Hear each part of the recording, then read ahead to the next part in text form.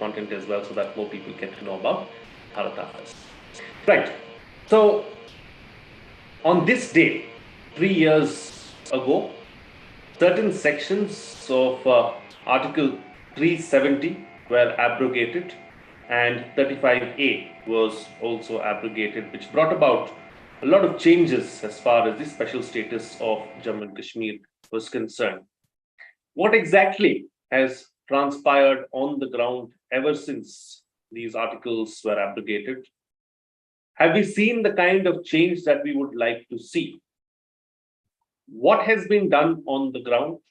What more needs to be done going forward? That's going to be the focus of our discussion today.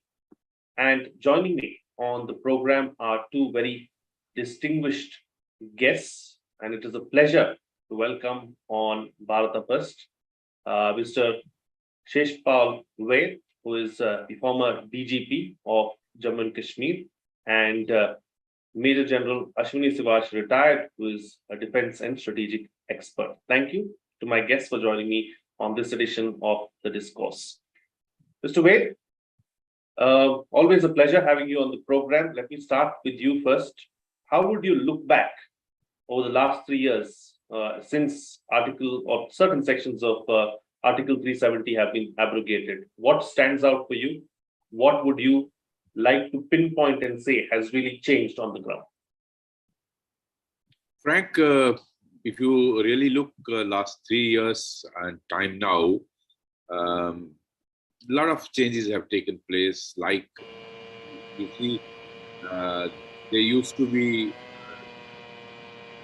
a lot of stone pelting incidents before that, if you recall, post-Asgwani incident, and after abrogation of Article 370, there is almost 88% drop in that. It is virtually come to almost nil. If you see the number of terrorists operating, it has come down. Terrorist incidents have come down to less than half. The overall security situation seems much better than what it used to be before 5th August 2019. So things on the front of law and order have improved tremendously. You see the separatist organization like Hurriyat calling for bands and hartals and paralyzing the life in Kashmir is now a thing of the past. You virtually see that Hurriyat has been almost crippled with NIA and these pressure on them, their Hawala transaction, the money which was actually coming to them through Hawala channels has been skewed because of these agencies' good work. The incidents like burial processions of the terrorists and terrorists coming and firing, those things have become things of the past. No, it's no more there. Burials are quiet whenever terrorists are killed. So all that Allah that was going on is no more in Kashmir Valley. Overall, as I said, law and order front, things are much better. Though Pakistan deep state continues to finger as long as that part of problem remains, we need to work out how to neutralize that part, because they have not changed their mindset and they continue to foster this wound of India and continue to change tactics only. You saw last 7-8 months how the deep state changed the tactics of target killings of minorities, Hindus, Kashmiri Pandits, outside laborers, teachers, medical shop and rediwalas, and all those policemen.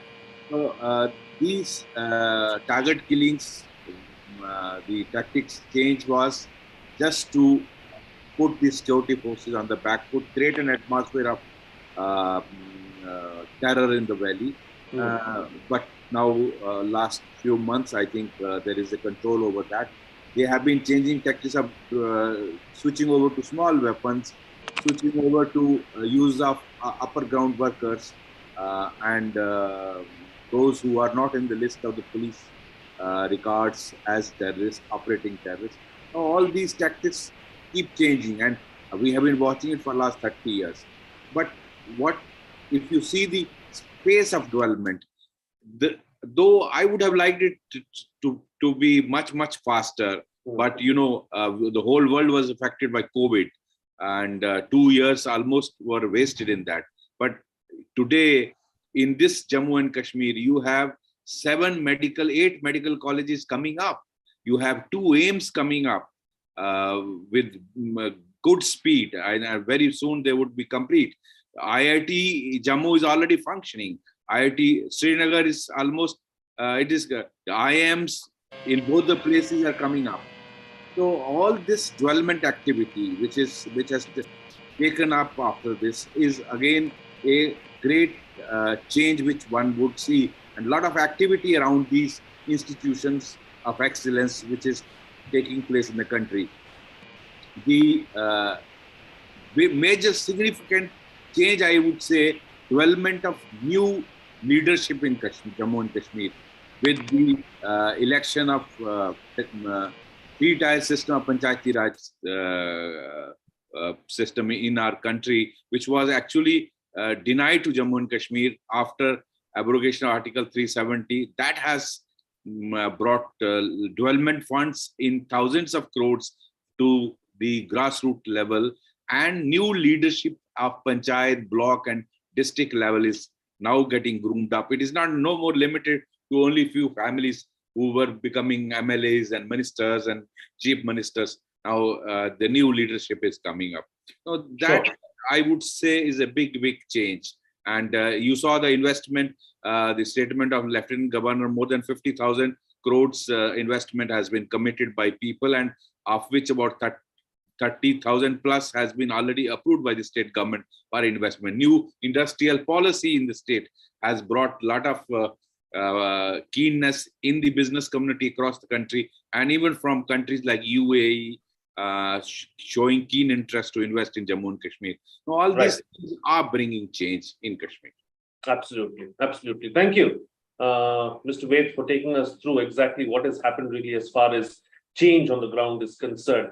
General, continuing on this line, another aspect that I'd like to talk to you about is really has the lives of the officials, the security forces, and others ensuring and maintaining peace in the valley, have things changed for them as well, and has it made it better for them? Yeah, Frank, no doubt. See, things have changed. What DGP has brought out, I totally agree with him. I can only add few other things. The point is that it is a historic movement, abrogation of Article 370 and 35A. This was a temporary measure, and one can say why it came so late.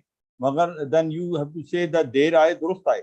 So the thing that the whole concept has changed in Kashmir Valley after abrogation of Article 370, 35A, especially from the security point of view. So what DGP has brought out, I just re-emphasize certain point and then come to your question. Especially what was happening is the stone throwing has almost completely stopped. Hurriyat conference has become a history. They have become an insignificant. Majority of them are in jail. They had a nuisance value because they were getting a lot of wala money from ISI, and they were the one which were basically misleading the youth. That has happened. The second thing is the radicalization which was taking place in South Kashmir has reduced to quite a bit level. I certainly say it has not been completely wiped off. You need to see those madrasas which poison these youth.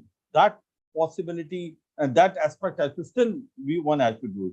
The third thing is that a grassroots level democracy has gone in terms of district development council election as well as panchayat election, and a vibrant and young leadership has emerged. The people who are educated, youth has started participating in the political process of the state, And that is what has made tremendous difference in Kashmir. Compared to other part of the country, you find the leadership in Kashmir Valley is more vibrant and young and youth. That is a very important point which we must consider. The second thing which is important is the development which is taking place. That is something to feel proud of it. All round development of Jammu and Kashmir is a matter of, feeling very elated that not only medical college, engineering college, industries are coming. The biggest positive or the biggest asset of Jammu and Kashmir is the tourism. So a lot of emphasis is being put on tourism. The tourism has been on the record in last 3 years. And this year it has broken all the previous records. And mind you, the best point is 30% of this tourism is the foreign tourists. So you remember how much foreign exchange also they are bringing. Then the horticulture. The point is the maximum production of apple in the country is from Kashmir Valley. You find the godams are being built. The supply chain of apple from Kashmir Valley to the rest of the country and across in the international market has become very smooth. That has made a difference. Then the investment done by certain industrial might within the country has taken place. Lot of industries are coming, cottage industries are coming, and the biggest achievement is Saudi Arabia and UAE is keen to invest almost $2 billion. Remember when the OIC meeting was taking place in Pakistan, the team from Saudis and UAE were visiting the Srinagar. It means they feel that they are with India and they don't find Jammu and Kashmir as a disputed area. They feel it is an integral part of India. This is what indirect message has been sent once they are very keen to invest. No one will invest in a place which is disturbed and disputed. So this is very important thing. Overall, I suppose things have changed for good. Now, as from the security point of view, what has changed? Now, the thing was, we were focused. Our operations were quite focused, but then it was not yielding so much result. There were about 300 residual terrorists every point of time, 250 to 300. And we were not able to reduce further because the point was there were certain political compulsions, and especially of the ruling dispensation, whosoever was there. Now with the governor coming on and you find the security forces getting a complete freedom of action, we found it that it has reduced to almost 100 to 125. The leadership of Lashkar-e-Toba, Jaise Mohammed, Hizbul Mujahideen has been completely wiped off. Today, the cadre in Jammu and Kashmir, the remaining terrorists are demoralized and demotivated. There is hardly any ammunition there and the weapons are in short. Now, that is a different thing. The strategy has been changed because ISI has passed a message that you have to remain relevant. And that's why they resorted to a target killing. The reason is they do not have courage and also muscle power to face the security forces. And hence this hybrid warfare, and also they started doing target killing. An innocent target has been selected by a youth which is unsuspecting, where this chap, you find there is no track record of it. He kills and merges with the society. This achieved some result in the beginning, but the security forces immediately changed their tactics. They realized who these are. They were targeted, and you find overground worker and also sleeper cell taken care of it, and that has also. Overall, right, the security situation is far better today.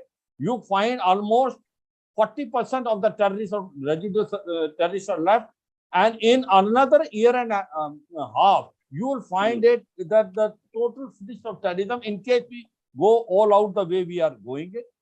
As far as the line of control is concerned, I must bring out this point because this is very relevant for our viewers. You know, 2-3 things are there. One is our counter-infiltration grid is very stable and robust. We have not allowed any terrorism or any terrorists to come. But nonetheless, you find 10,000 Lashkar-e-Toba and Jaise Mohammed terrorists are sitting in the training areas in POK.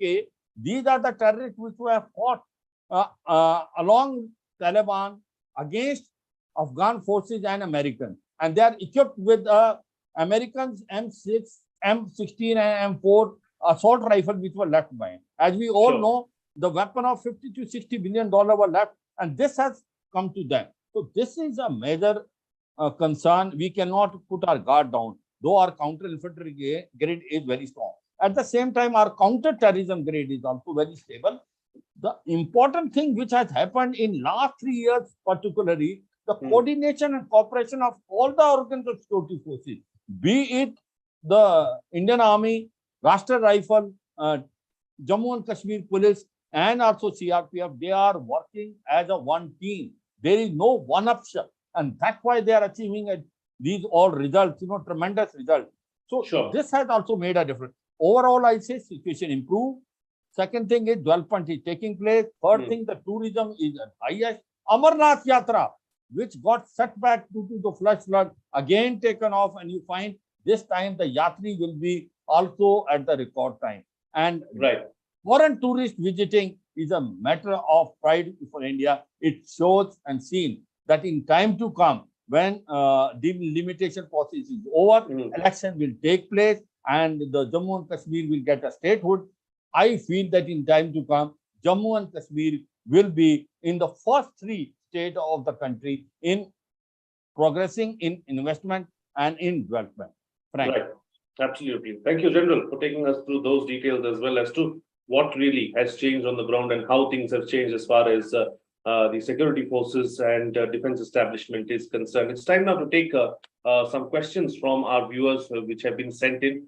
Suchita Sharma has asked a very interesting question. Mr. Vaid, I'd like to take that up with you. So Suchita Sharma is asking, referring to Member of Parliament Hasnain Masoodi, abrogation of Article 370 brought a false normalcy after 2019, quote unquote, is what she's saying. What are your comments on this? Is the media portraying a fake normalcy, or the valley is really happy? What about the locals on the ground? Are they really happy with the situation, is what Suchita wants to know, quoting the Member of Parliament. Mr. Vaid. See, what Honorable Member of Parliament, Mr. Masoodi has said, that is his party's line. And I would tend to differ with that. A vast majority of people have welcomed abrogation of Article 370. I won't say 100% people, but there is always a fraction of people who would be critical of any move by any government, and they may not be happy with abrogation Article 370. But I can definitely say a vast majority of people in the state of Jammu and Kashmir are happy with the abrogation Article 370. Absolutely. Now, talking about this particular aspect, Mr. Vaid, as far as the locals are concerned, one of the biggest concerns for them has been, because one reason is also because of the pandemic, that tourism dropped considerably. What is being done, and do you think that we can look beyond tourism as far as Jammu and Kashmir is concerned?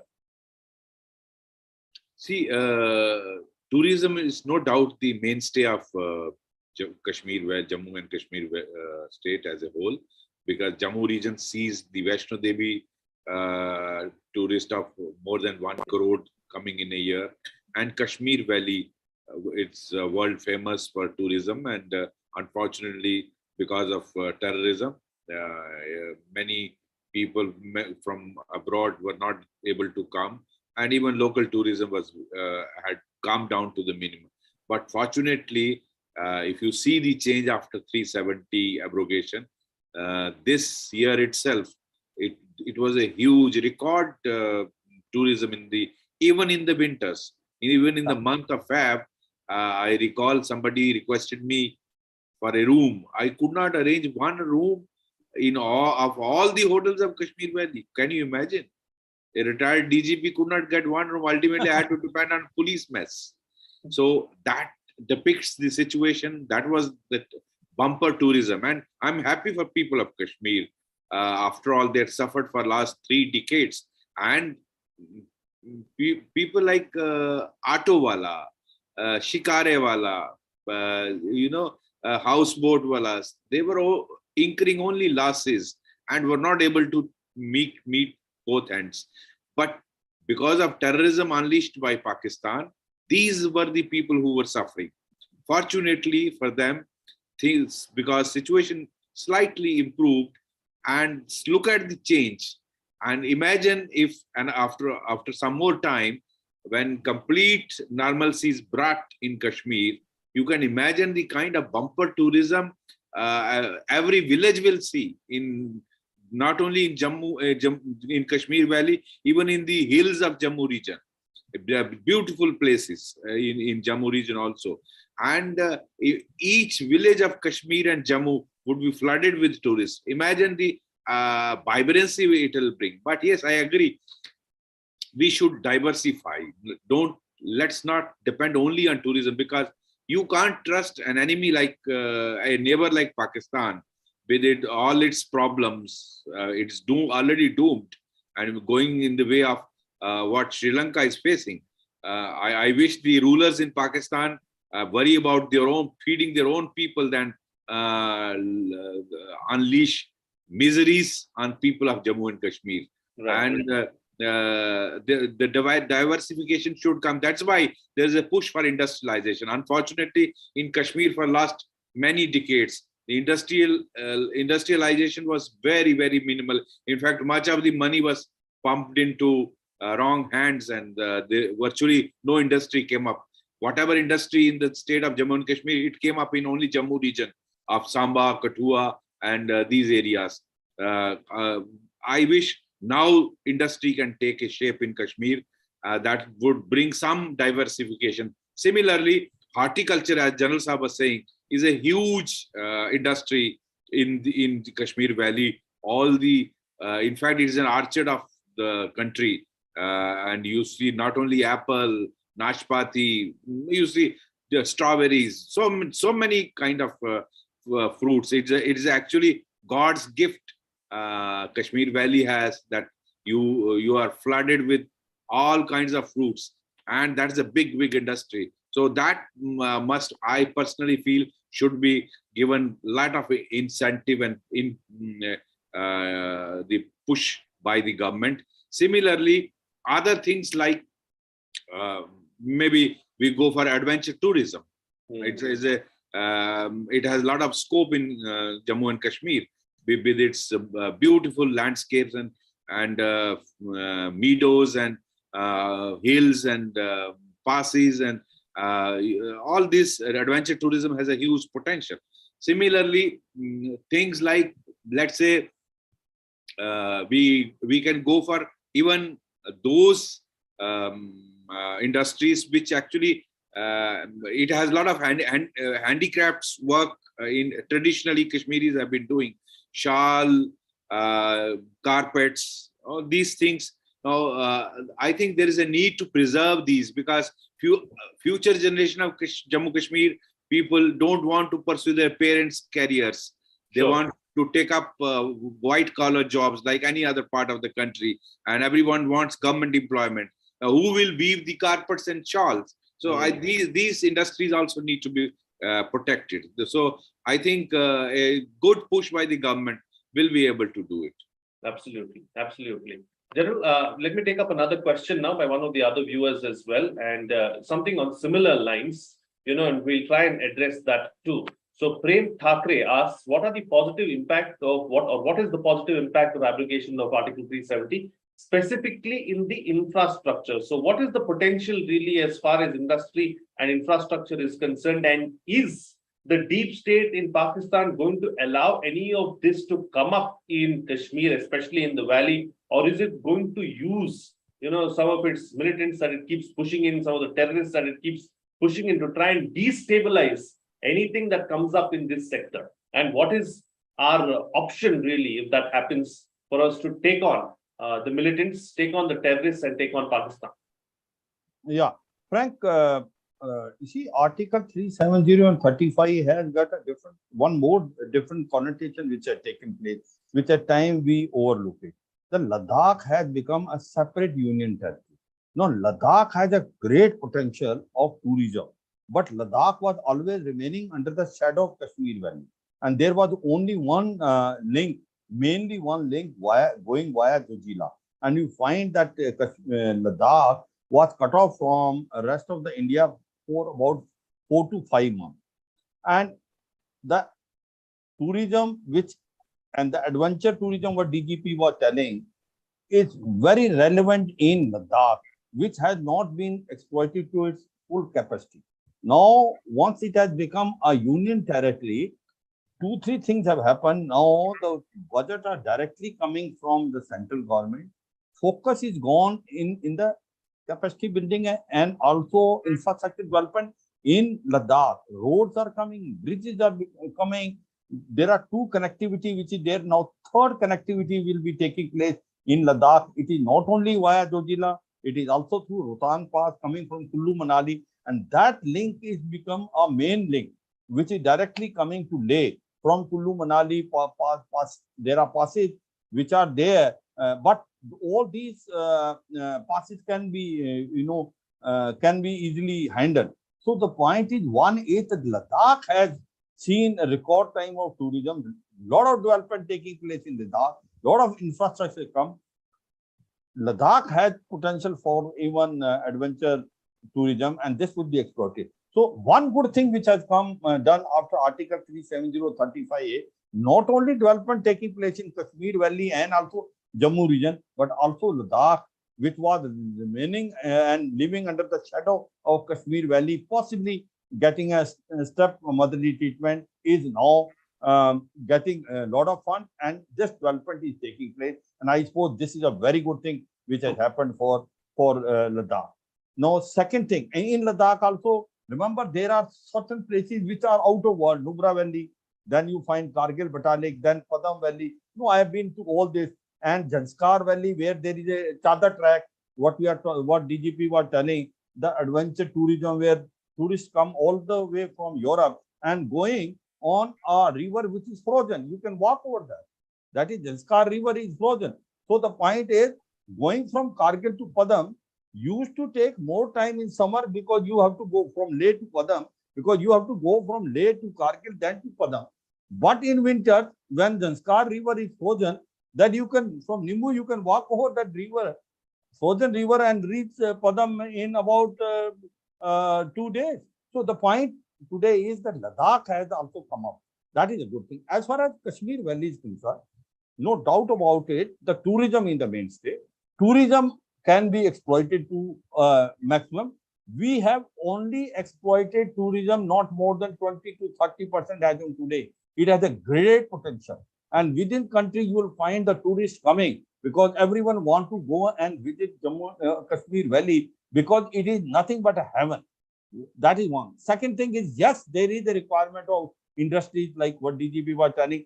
You have a basically cottage industry coming up. It is carpet weaving, shawl weaving, others, horticulture industry can come. That is very important. You find godams and all coming. Also, some other industries can be also settled down by after carrying out a proper survey. May not be in Kashmir Valley, but maybe also in Jammu, Samba region. So overall, I suppose a lot of development is taking place. Lot of development will take place in future.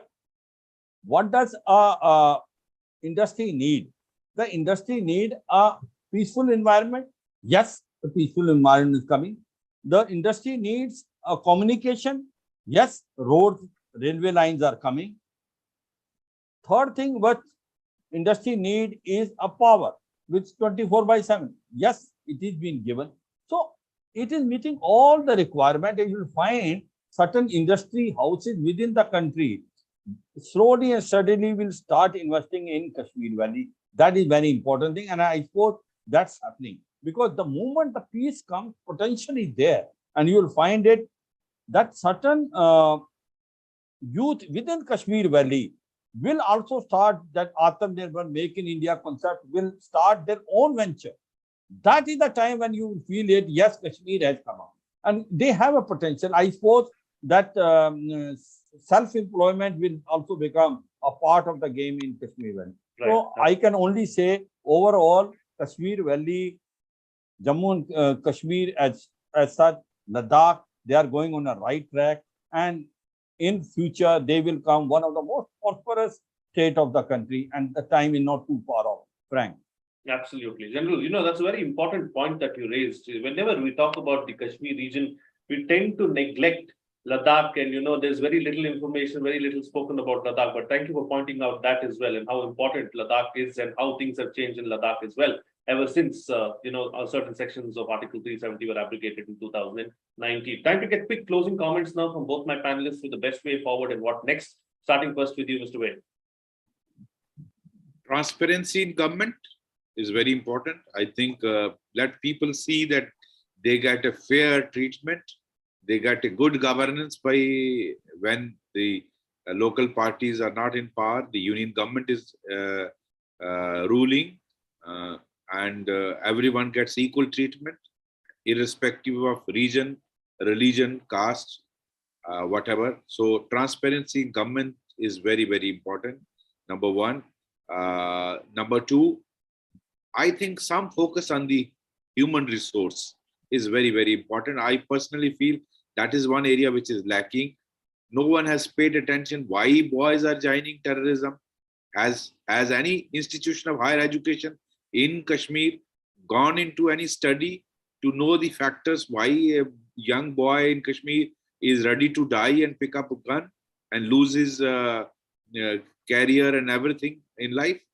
So I think some focus on human resource, involvement of the civil society. Don't leave it to only police and security forces.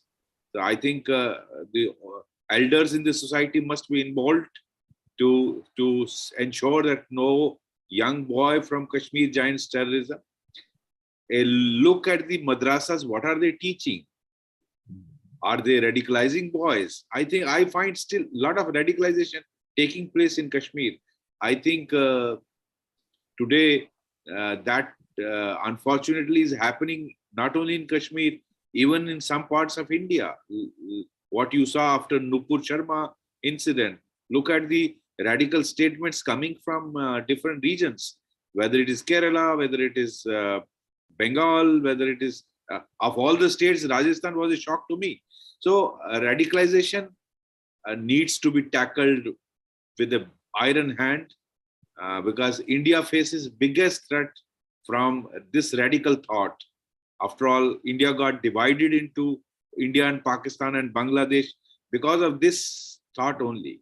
Otherwise, there was no problem of two communities living together, but only in this region of India, Pakistan and Bangladesh, last 1 century, this radicalization is the political Islam, the radical Islamic thought process. This is dangerous, not only for Kashmir, for the whole country. And I think we need to pay a very close look into what is being taught. Is it a real religion, or is it, are we churning out ISIS and Al-Qaeda type terrorists within our own backyard? So apart from that, the overall ecosystem in Kashmir needs to be dismantled. I think a lot of work is being done by the present government, but still, I personally feel what you can call of in the rest of the country,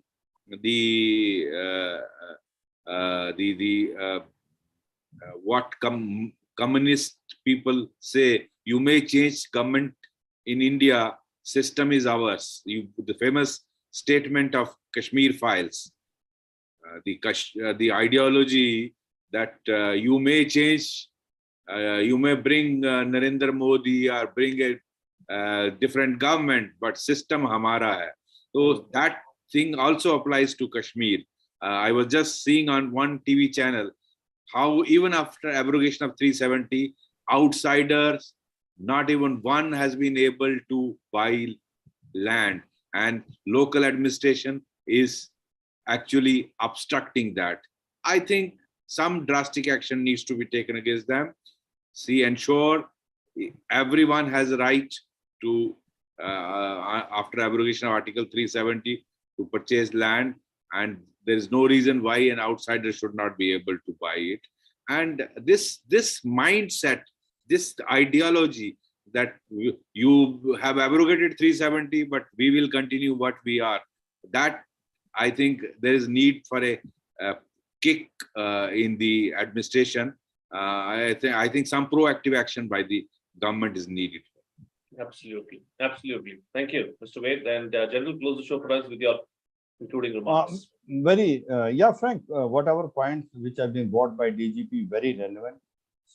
The governance, no doubt, transparent, objective, accountable, which is very important. Was earlier government of Kashmir and JNK was not accountable. Now, accountability is a great factor in Jammu and Kashmir, especially in Kashmir. Second thing is, a lot of institution, academic, whether engineering college, medical college are coming. Till now, what we were seeing is that the Kashmiri boys were going and were getting educated all over the country. Now a time has come, let the children from other states come and study there. There are two ways of looking the thing. Now, when we were commanding brigade and I was a Chief of Staff 14 Corps, the concept has to change. We said that, okay, Kashmiri boys, Ladakhi boys, take them all around the country.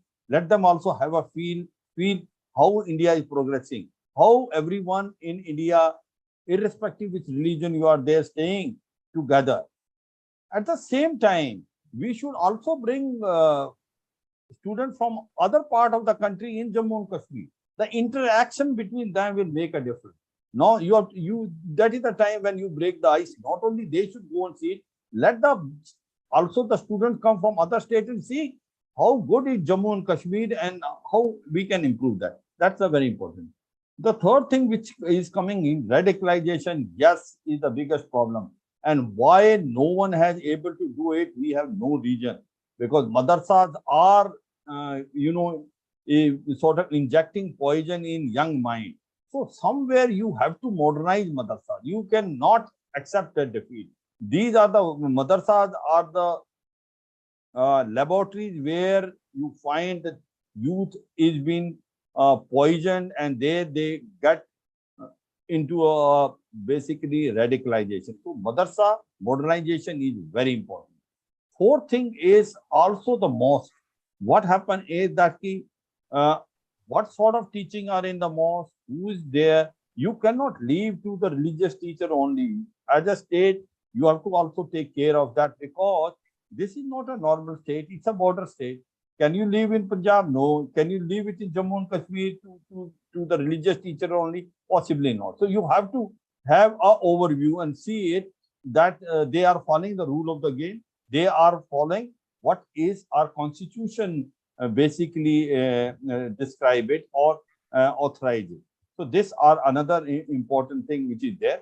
And next most important point is tourism. Tourism is only exploited to 30%. It should be exploited to the full health.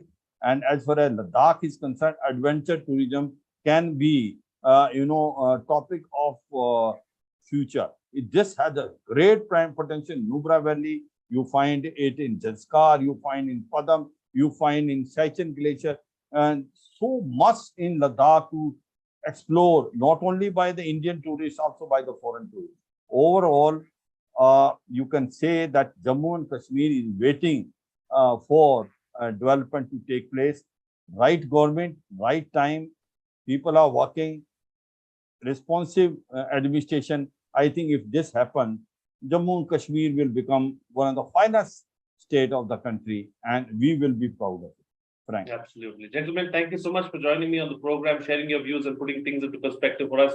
Much appreciate your views on this very important subject and talking about what has changed really as far as Article 370's abrogation is concerned in Jammu and Kashmir. Mr. Vaid, General Siwach, thank you so much, gentlemen.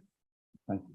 Well, that's it on this edition of the Discourse. Pleasure really talking to both the panelists about this very important subject and explaining to us what exactly has changed on the ground, how things have changed, especially as far as the defense sector is concerned, security forces, the lives of the people too.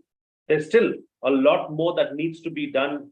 A lot more needs to be done in terms of governance, in terms of bringing in industry, in terms of infrastructure improving, Of course, a lot of work has taken place, but we need to change or see the kind of desired results that we need sooner rather than later, because Kashmir is nothing but heaven, is what the panelists put it out as. And we need to ensure that it gets the right kind of push with the right kind of action being taken on the ground as well. Certain elements need to be dealt with an iron fist and an iron hand, and an example needs to be made of. But overall, the lives of the people needs to improve, and that should be the focus area. Once again, let me remind you to like the video, subscribe, hit the bell icon, and share the content as well, so that more people get to know about Bharata First. Also, visit kc.bharatafirst.com. That is our Knowledge Center's website, to get access to some amazing content that we have there. We have 26 courses to help you in your UPSC journey, to help you in your competitive exams, and also to help you make you better Bharatiyas itself. Register now and make use of the massive discounts that we have on there. That's it from me. See you again next time.